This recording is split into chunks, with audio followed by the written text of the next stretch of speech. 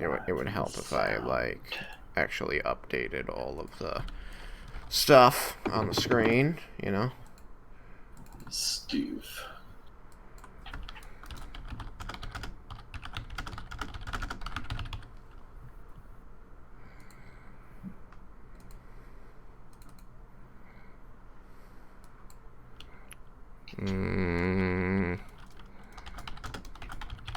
Okay.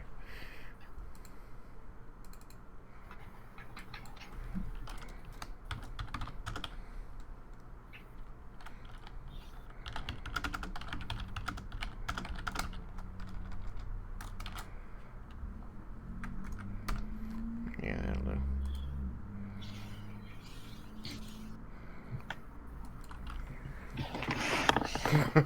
Actually, that one can stay.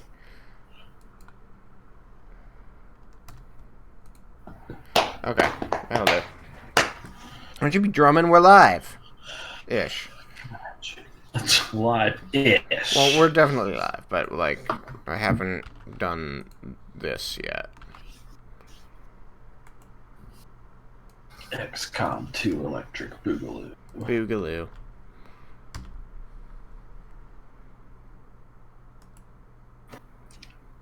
Well, that didn't work. It didn't. Nope. That's frustrating. We'll fix it.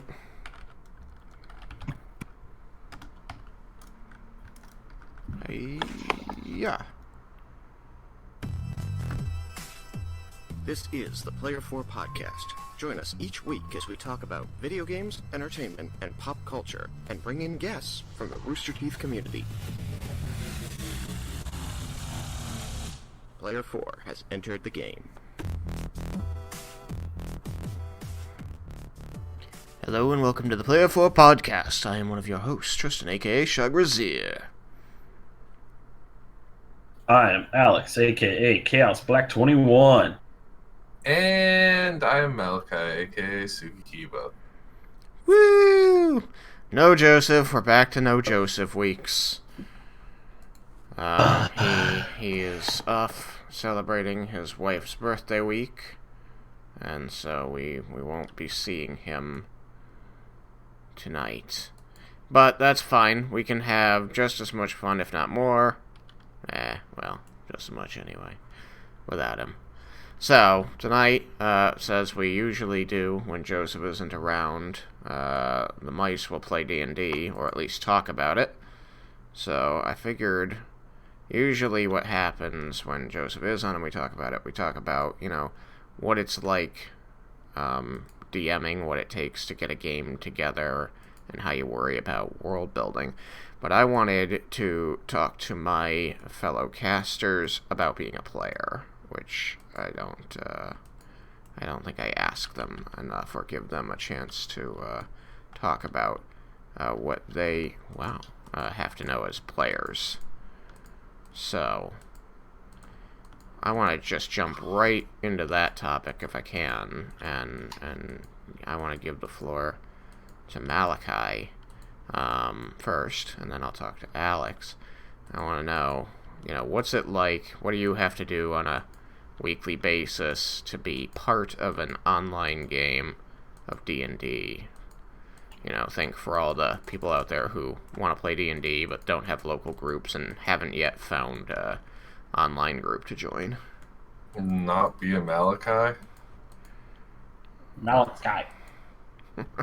I mean, I don't think that's one of the things you do.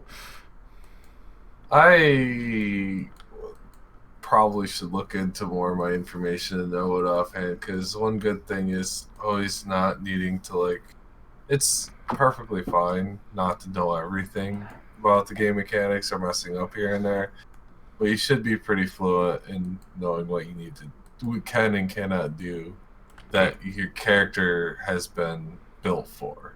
So, know your character. You should know your character. Get familiar with your sheet. I know that I've been a bit lacking in that part, and it's good to know what you can to do, so especially with our large group, because being able to jump in and interject at key or important or even fun moments, knowing what you need to know makes it a lot easier for you to get in and not like stop everything to a screeching halt. So, other than that, like we've said before in multiple other podcasts, it's just about having fun and enjoying doing a creative experience with your friends. Nice. And what about you, Alex? Since you've started playing D&D online, you've gotten into a lot of other things that you might not have before. I know that you've bought some dice and a dice bag. So what do you do as a player to get ready for the game each week, and how has having a game to get ready for each week changed, how you go about your life during the week? Well, I do dice tossing exercises. I do like 50 dice rolls a day. But no, not really. I don't actually do that. It's actually it might be why I'm rolling so poorly all the time. You're rolling all the good luck out? No, it's because I don't practice my dice rolls. So I'm not experienced enough in dice rolling. But no, so what I do to prepare is I read up on the updates that you provide for the group of what happened last session.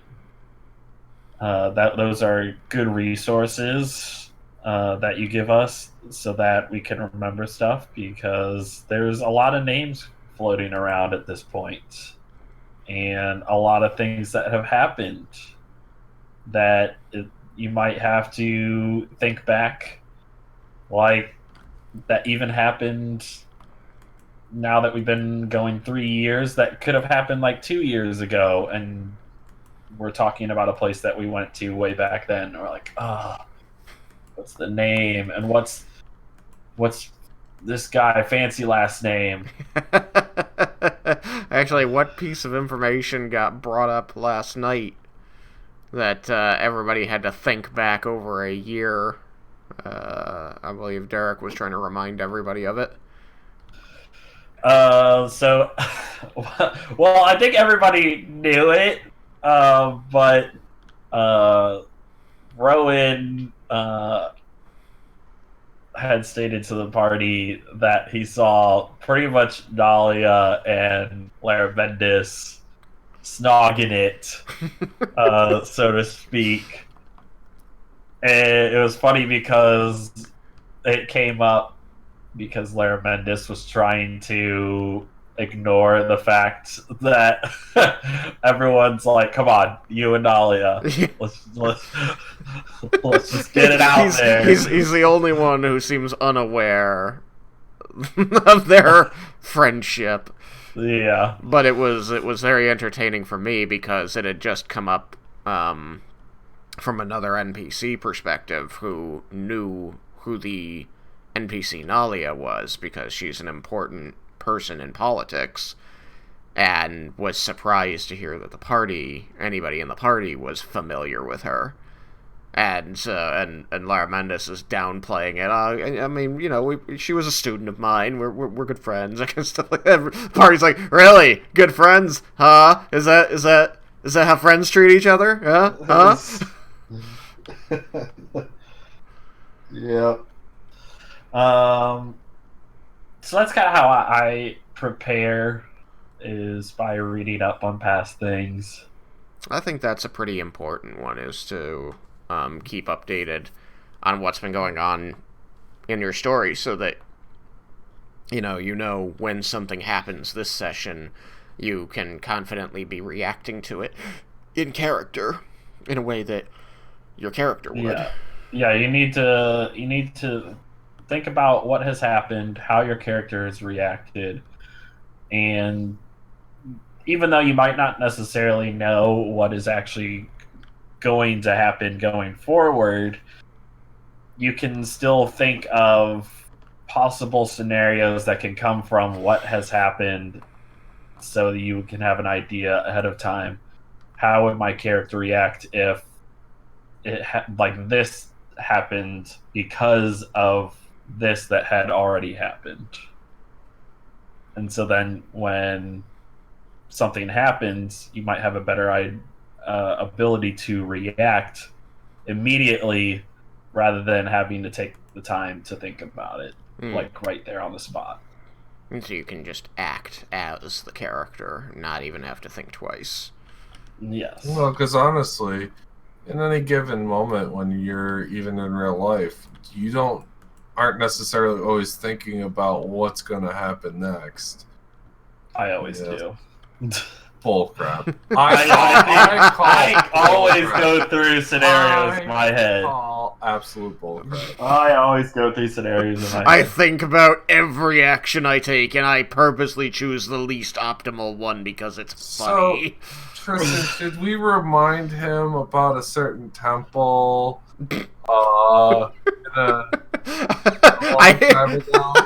That was a very interesting time. I will point out, and it's an important thing to note, is that characters change and evolve and grow. And that's a really cool part of the roleplay, is that, 2.5, 3 years ago, Riken, would just rush into a situation, see a fight's going on, and, shout for the honor of Cord and jump in without really considering who's on which side and what the, implications of the fight going on are. To be fair, he does do that still sometimes. Yeah. Well, I'm just saying because he said always, so I'm not saying Riken doesn't. And that's another good distinction to note, is that, while we are trying to be the best version of our character that we can, while we're trying to play the character as close as we can, to who we think they are, we are not necessarily our characters. I've played bad guys. That doesn't necessarily mean that I am a bad person. You can play very good people, and that doesn't mean you always think things through, but it's good to know who your character is. And be able to convey that. So that's an interesting thing. I want to know, from Malachi, what kind of things you look forward to in the game each time you come each week. Like, what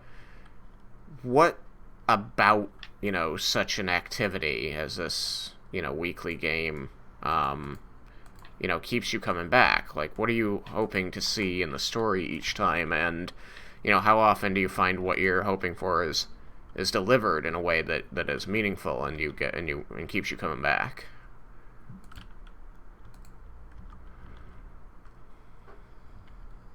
Malachi.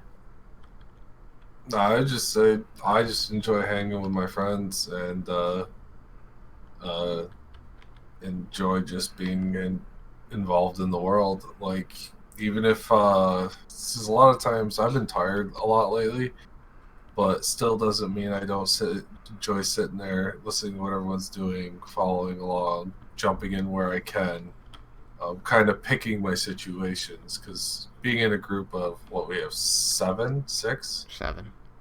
Sometimes it's hard to get a word in edgewise, so it's even fun just to be there and influence things, or even just bring out a really funny moment that everyone enjoyed. So for me, I just like being with people and playing. So, do you like it when you get to speak up in the roleplay and define your character, or do you prefer, like, combat? What do you enjoy? I prefer just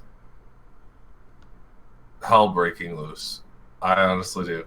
I like when conversations go awry, things become hilarious or intense, or you're in combat and something just ridiculous happened, like when I first joined and I'm jumping on rooftops and then Riken's trying to jump on a rooftop, or a failed attempt at flipping a table.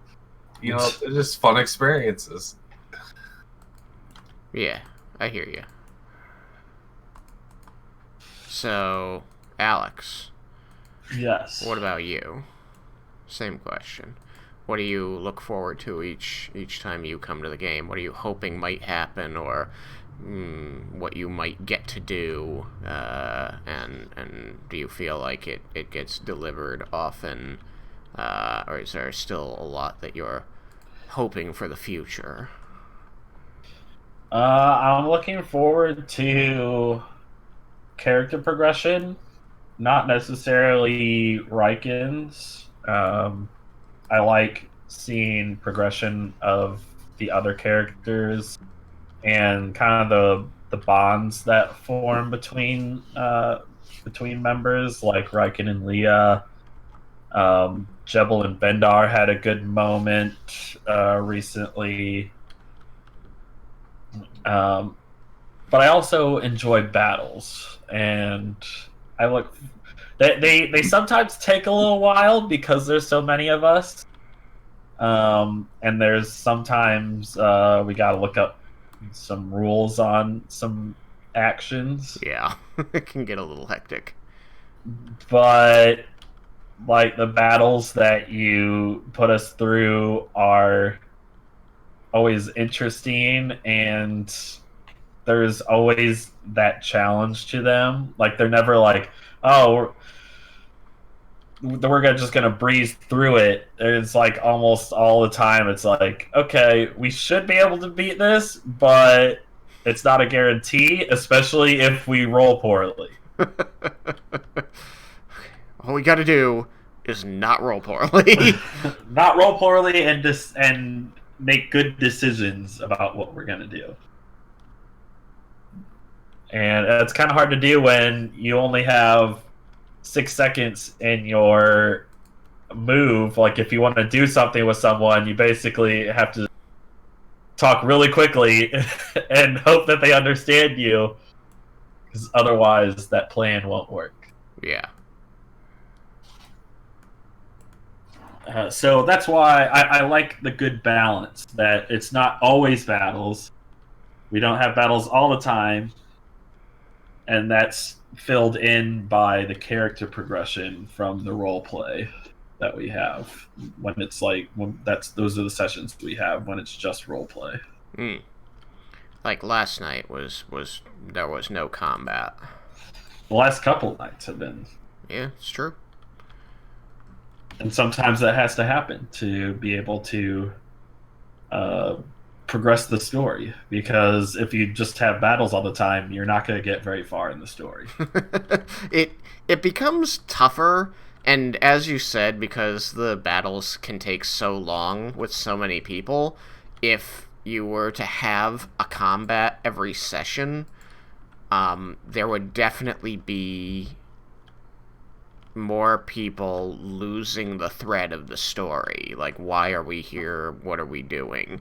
And it's definitely been an objective of mine whenever I'm preparing for each session is, what can I go through? How can I present things so that the party is reminded of what it is that they're doing and why they're doing it, so that it remains meaningful and even, if not at least a driving factor in decisions.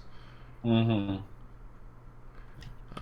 Which is one of the reasons you'll notice almost... I mean, it's hard to say it's one of the reasons for it, but it certainly is a factor. The real reason is just human nature. When you meet an NPC and you begin telling them what you need, they ask you what and why and when and where, because they want to understand what's motivating you. But it's also a chance for me to have the party reconcile, with themselves what it is they're trying to accomplish. Mm-hmm. And so, I view it as an opportunity, as much to role play natural human thought processes, which is, okay, these this group of armored, skilled fighters just came in here and are asking me about X, Y, or Z. What do they really want? What's their goal here? And so, it's both a chance to have present a meaningful and realistic character, and also give the party an opportunity to remind itself or justify to itself its goals. I think also for you mentioning the fact about our fights taking a while, that's like I said, with knowing our characters and just being decisive and not like questioning our actions as much should probably go a bit faster. Like, we do sit there and like, well, I should do this, I could do this, So there are ways to improve, and that's fine. I think if we got a little better at that, it would be a little better flow. And there are things that you can remind yourself, coach yourself through these things each time when it comes to, or when it gets close to your turn.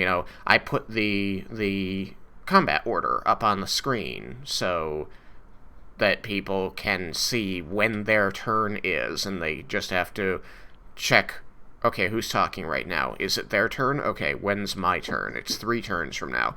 Do I know what I'm going to do when it becomes my turn? If not, okay, I need to think now. What am I going to do when it becomes my turn? I think we should also... I know that you don't want to do that, but it might be lead to interesting situations, or even change things a bit. I know one time we had you said, well, Malachi, you do know you can do this, and it's like, yeah, but I don't want to do it. I'm done with my actions. Okay. Like helping, even though it is nice and good. If someone misses something, they miss it. Like you would in real life, you overlook something, or you don't do something you could have done. There's consequences for it. But that's just a thought. It's not. I like the way the game's going as is, but it's a thought. I'm always just trying to make sure that people are getting the most out of their turns, especially when you're in dire situations. Yes, and that's just what I mean, though, is those things that we worry about and do is also what controls the pace of the game. I mean, it's also just part of my mental health check-ins for the players, because usually when I'm asking those kinds of questions, like, are you sure you're done? There are other things you can do, or when I feel players are reducing their actions because they're frustrated about something, and I want to know what's going on. That's usually when that happens. Okay. But what if they're planning something and just you're not privy to it yet? Then they can tell me, nope, I'm done. And I'll say, okay, as long as... It's usually my prerogative is say, okay, as long as you're certain, then your turn is over. That's just me making sure that everybody's getting... Like I said, I'm just mentioning stuff that... Oh, I know, and I appreciate the feedback. Like, I want the feedback, but I also want my reasons understood, because part of it is I'm looking out for the players, and sometimes when people act or say certain things, it's warnings for me to know that, somebody's experiencing an emotion that should be paid attention to.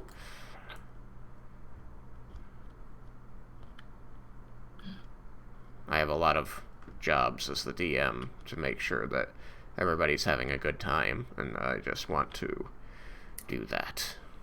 Alright, yeah, so sorry I derailed you, who you were talking about. No, not at all, because and... this is important. It's important for players and the DM to communicate. So thank you.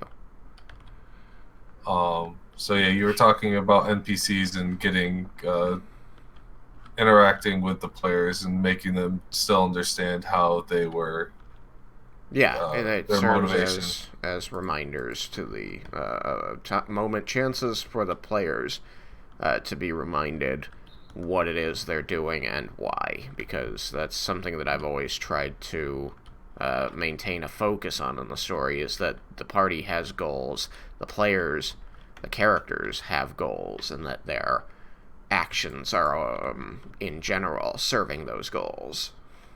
Yeah, that's another thing to adding to know your character. Mm-hmm. Why are you here? Yeah, and it can be to anyone out there. It can be. I just want to stab something. That's You ever wonder why we're here? If your reason is I just want to stab something, I strongly suggest you consider being a follower of Cord. He loves that.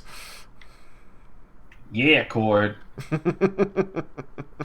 It's absolutely a legitimate reason. or I actually kind of liked that character. I watched Agents of Shield. That would be a fun persona to borrow from there. The one chick that was helping this one group, and she constantly wanted to make people into beautiful butterflies. This sounds like it didn't go well. Yeah, her making you into a beautiful butterfly was she slit your throat. But so Okay, well, then. I think somebody needed a few more mental health check-ins. yeah, she was her belief was that she was sending your spirit back to the cosmos. So that could be your character. You Mental wanna health make people- check-ins are important, everybody. Talk to your DMs. Make sure that you're okay. Oh gosh. Alex, are you okay? I am okay. Okay. Have you served Cord today?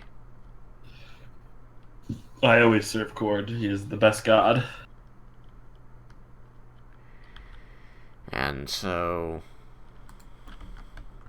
it'd be funny if just like Cord gave an influence where Riken couldn't help it. Like if he didn't fight within a day, he would just have this urge and need, and he'd just do it, punch someone in the face.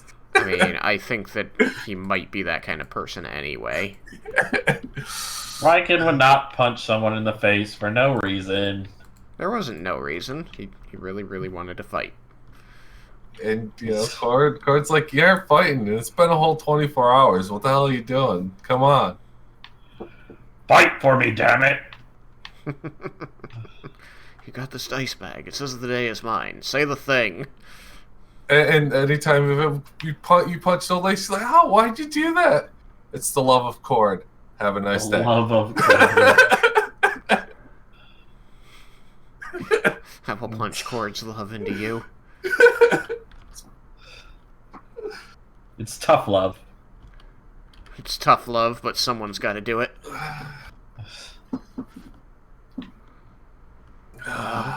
That's pretty good. That's pretty good. Are you looking forward to the next session? Always.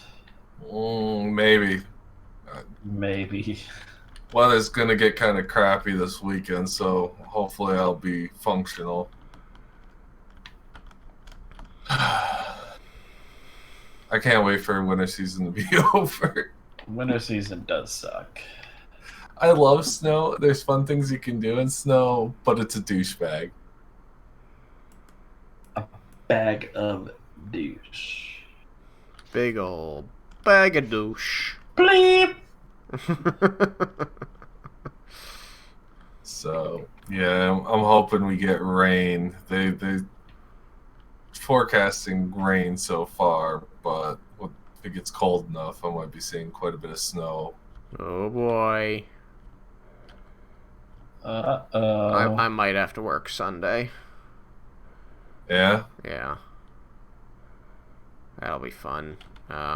We got some materials that are coming in behind schedule, and so to stay to stay Caught on up. target. Yeah, might have to do some overtime hours on Sunday.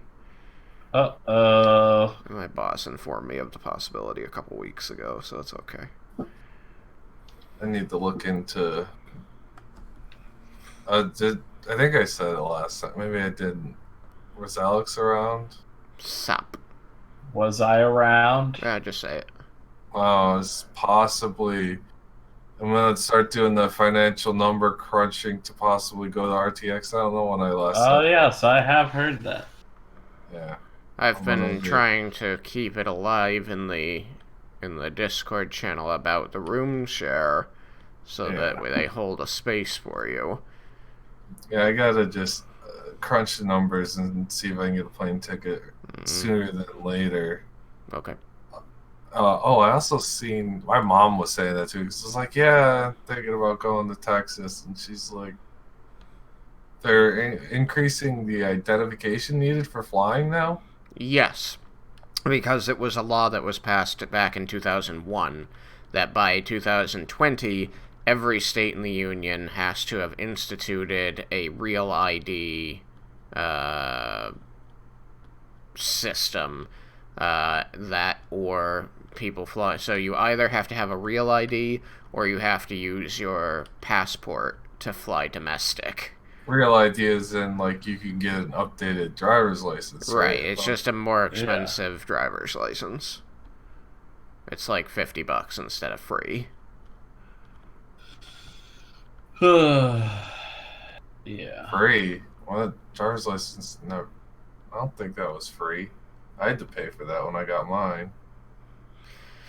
I don't know. I just said that you just have to bring in a few more pieces of ID and money, and then, you get a real ID, and the real ID serves as a federal government-issued identification, and use that to fly.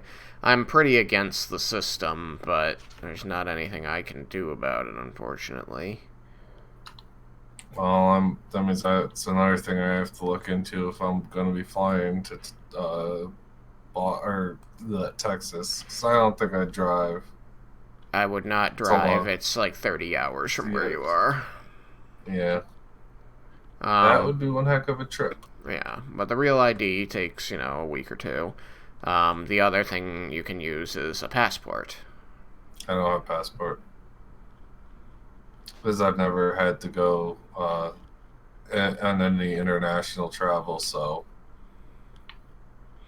I think a passport is just a good thing for everybody to have. No, I wanted to work on the process because I know it can take a while.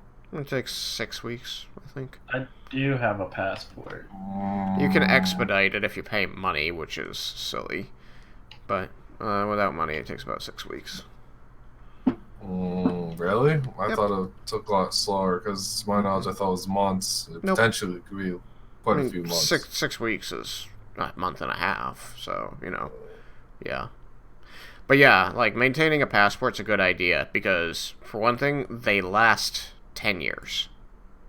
So, like, it'll be there for a while for you. You only have to go through the process once every 10 years. 2, it's a generally useful identification. It can be used for a lot of different things. And 3, because it can take 6 to 8 weeks to come in, it's something that you cannot get if you suddenly need it. If somebody was like, hey, let's go to Iceland, you're like, oh, I don't have a passport. Tristan. What? I didn't have a good job. There is no spontaneous going places. But now there can be. Possibly. I'm not out of... I have a little bit of debt I'm settling. Once that does, it's going to free a nice chunk of money. But... Nice chunk. Yeah. So anyways, enough about me and travel. Yes, RTX is a possibility this year, so we'll see. I need to look into it sooner than later, to be fair to the people that are looking for a spot in their room, so... Yeah, I mean, so let me know immediately if you buy the plane tickets, because then I can tell them, yes, definitely. Yeah, I'm gonna do that soon. sooner than later. Okay. So yeah, free advice to the internet: get a passport. Just Yeah. have that. Last 10 years. Good Don't idea. jerk around. Don't jerk around. Just do it. Just do it. Or you can just Do it. Just get do the flip it. out of here. Just do it. And play D&D. Play all no, the D's. Tristan, Why? you're wrong. It's called living a little. Live a little, play some D&D. Live a different life. Play D&D. Live someone else's life. People are always escaping watching TV shows. This one's just one you're able to control. That's what I love about it. Write a book in your mind Yeah, with it's friends. more. You get to spontaneously write a book with a little less literary. Oh my god. You got this. No, I'm tired. He to go just to gives bed. up. Prowess. I am giving my Literary brain. I'm tired. prowess. I'm physically exhausted. All right, you fools. Are we good? I think so. Ready to get the flip out of here? I'm ready to get the flip out of here. Thank you, everyone, for listening to our nonsense. We love you. Have a good night. Too. I was ignoring the text chat. Sorry, Ash. I see you there. I was busy with How something. dare you? It's only entirely my fault.